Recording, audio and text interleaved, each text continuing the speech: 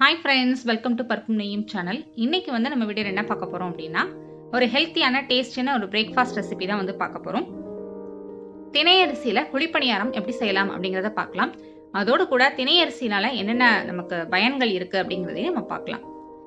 இப்போ திணை அரிசி குழிப்பணியாரம் செய்யறதுக்கு நான் 1.5 டம்ளர் திணை அரிசி எடுத்திருக்கேன். அதுல சரிபாதி உளுந்து எடுத்திருக்கேன். ஒரு சின்ன ஸ்பூன்ல வெந்தயம் ஆட் பண்ணிருக்கேன். ஒரு ஸ்பூன் ஆட் பண்ணிருக்கேன். இந்த மூணையுமே நல்லா களைஞ்சிட்டு 3 மணி நேரம் நல்லா ஊற வைக்கணும். ஊற வச்சதை நல்லா நைஸா நம்ம அரைக்கணும். எப்பயுமே சிறுதானிய வகை அரிசியில நம்ம ஏதாவது பலகாரம் செய்யறோம் அப்படின்னா அந்த மாவு நல்லா நைஸ் அரைக்கணும். அப்படின்னாதான் நமக்கு டேஸ்ட் நல்லா இருக்கும். ஸோ அரைச்சதுல தேவையான அளவு நம்ம உப்பு ஆட் பண்ணி நம்ம கிண்டி வச்சிடலாம்.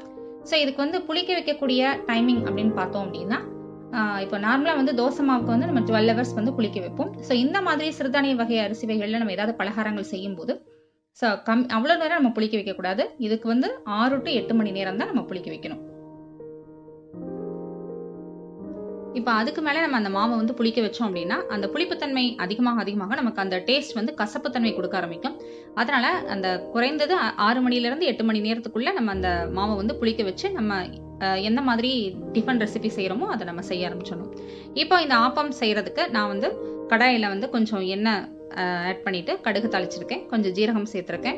இதில் இஞ்சி, பச்சை மிளகாய், கருவேப்பிலை, நம்ம வெங்காயம் எல்லாம் சேர்த்து வதக்கிக்கலாம். இதை ஆப்பமாவுல மிக்ஸ் பண்றதுக்கு நம்ம வெறுமனையாவும் ஆப்பங்கள் சுட்டுக்கலாம். இல்லைன்னா இந்த மாதிரி வெங்காயம் சேர்த்தும் நம்ம ஆப்பம் செஞ்சுக்கலாம். அதே மாதிரி இந்த சிறுதானிய வகைகளை நம்ம எந்த ஒரு பலகாரம் செய்யறதா இருந்தாலும் நம்ம தேவையான அளவு நம்ம ஒரு வேளைக்கு நம்ம செய்யறோம் அப்படின்னா தேவையான அளவு நம்ம அப்படியே செஞ்சு நம்ம சாப்பிட்டு காலி பண்ணிடணும். நம்ம மீதி மாவை ஃப்ரிட்ஜில் ஸ்டோர் பண்ணி நம்ம சாப்பிட்ற மாதிரி வைக்கக்கூடாது. அது மாதிரி ரொம்ப நேரம் வெளியில வச்சும் புளிச்சும் நம்ம சாப்பிடக்கூடாது. ஸோ கரெக்டான அந்த மணி நேரத்தில் புளிக்க வச்சு நம்ம எடுத்துக்கிட்டா தான் நமக்கு உடம்புக்கு ரொம்பவே நல்லது. இப்போ அந்த வெங்காயம் தாளிச்ச ஐட்டம் எல்லாத்தையுமே நான் இந்த மாவுல கலந்துட்டேன். இப்போ நம்ம ஆப்பச்சட்டியில கொஞ்சம் எண்ணெய் ஆட் பண்ணி நம்ம இந்த மாவை நம்ம அந்த ஆப்பச்சட்டியில விட்டுறலாம்.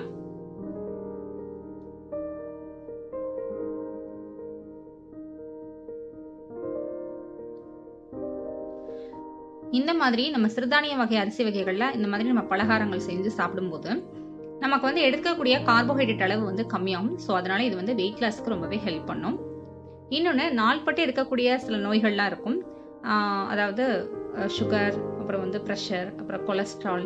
ஸோ அந்த மாதிரி நாள்பட்டு இருக்கக்கூடிய அந்த நோய்களுக்கு அதனால ஏற்படக்கூடிய சில பாதிப்புகளும் இருக்கும். ஸோ அதெல்லாம் நம்ம கம்மி பண்ணணும் அப்படின்னா சிறுதானிய வகை பலகாரங்கள் தான் அதிக அளவு எடுத்துக்கணும். நம்ம அரிசி வகைகளை எடுக்கிறத கம்மி பண்ணிட்டு இந்த மாதிரி சிறுதானிய அரிசி வகைகளை நம்ம அதிக அளவு எடுக்கும்போது நம்ம அதனால ஏற்படக்கூடிய பாதிப்புகள் கண்டிப்பா கம்மியாகும்.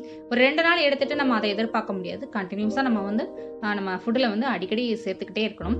அதே மாதிரி நாள்பட்டு இருக்கக்கூடிய அந்த தசைப்பிடிப்பு கூட இந்த திணை அரிசினால கேட்கும் அப்படின்னு சொல்றாங்க. எலும்புகள் நல்லா ஸ்ட்ராங்கா இருக்கும்.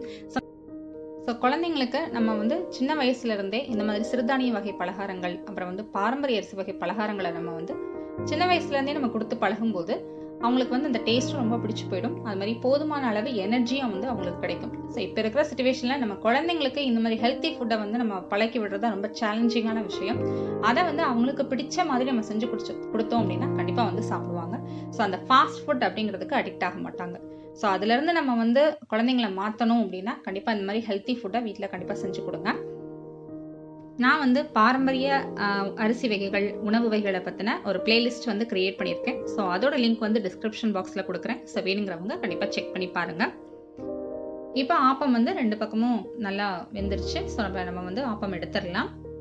இதுக்கு சைடிஷாக பார்த்தீங்க அப்படின்னா நல்ல டிஃபன் சாம்பார், அப்புறம் தேங்காய் சட்னி, புதினா சட்னி, அந்த மாதிரி நம்ம துவையல்கள் செஞ்சு சாப்பிடலாம். ரொம்பவே அருமையா இருக்கும். நம்ம நார்மலா நம்ம அரிசியில செய்யக்கூடிய அந்த குழிப்பணியாரத்துக்கும் இதுக்குமே ரொம்ப டிஃபரன்ஸ் இருக்காது. ஸோ இதுல ஒன்னே என்ன அப்படின்னா நம்ம ஃப்ரெஷ்ஷா அரைச்சு சாப்பிடணும். இன்னொன்று கரெக்டான நேரத்தில் புளிக்க வைக்கணும். ஸோ அப்படி இருக்கும்போது டேஸ்ட் கண்டிப்பா மாறாது. இப்போ மீதி இருக்கக்கூடிய ஆப்பமாவையும் நம்ம இந்த மாதிரி ஆப்பச்சட்டியில விட்டுறலாம்.